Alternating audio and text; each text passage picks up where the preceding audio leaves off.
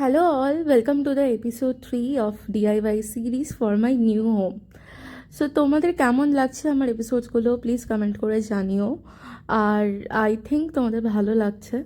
তো আগের বার যেরকম দেখিয়েছিলাম যে টাইলসগুলো সব ফিক্স হয়ে গেছে, তো এইবার আমি কিছু অ্যাকোয়ারিয়াম স্টোনস ইউজ করছি গ্যাপ ফিলিংয়ের জন্য। তো ঋষি এসে গেছে যথারীতি আমাকে হেল্প করতে, কারণ তোমরা জানোই যে আমি কতটা ডিজাস্টার করছিলাম এই গ্লুগানটা নিয়ে। যাই হোক, তো এবার গ্যাপ ফিল করার পর আমি ইউজ করেছি একটা gap filler, tiles filler rather you can say. যেই দুটো টাইলসের মাঝখানে দেখবে একটা হালকা করে গ্যাপ আছে, সেই গ্যাপটা ফিল করার জন্য আমি একটু টাইলস ফিলার অ্যামাজন থেকে অর্ডার করেছিলাম। তোমাদের লিঙ্ক লাগলে কমেন্ট করে জানিও, লিঙ্ক আমি শেয়ার করে দেবো। তো এই গ্যাপ ফিলারটা কিন্তু খুব হেল্পফুল। এটা কিন্তু যদি তোমাদের কোনো কিচেন বা বাথরুম কোথাও লিকেজ হয় বা কোনো টাইলস ক্র্যাক হয়ে থাকে, সেটা ফিল করতেও কিন্তু এটা কাজে লাগে। It's not for the DIY purpose, এটা ভালো ইউটিলিটি আছে।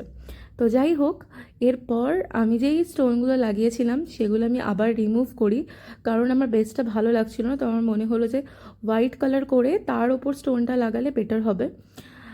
জানি ডাবল ওয়ার্ক, বাট ওই আর কি, এন্ড রেজাল্টটা ভালো হওয়াটা বেশি ইম্পর্ট্যান্ট।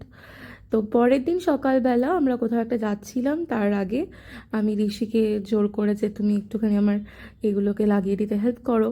তো ও এসে গেছে আর আমরা দুজনে মিলে এই স্টোনগুলো লাগিয়ে নিলাম। দেন রাত্রিবেলা এসে আমি তোমাদের সাথে ফাইনাল রিভিল করব যে কেমন লাগছে মিররটা। তো টাটা।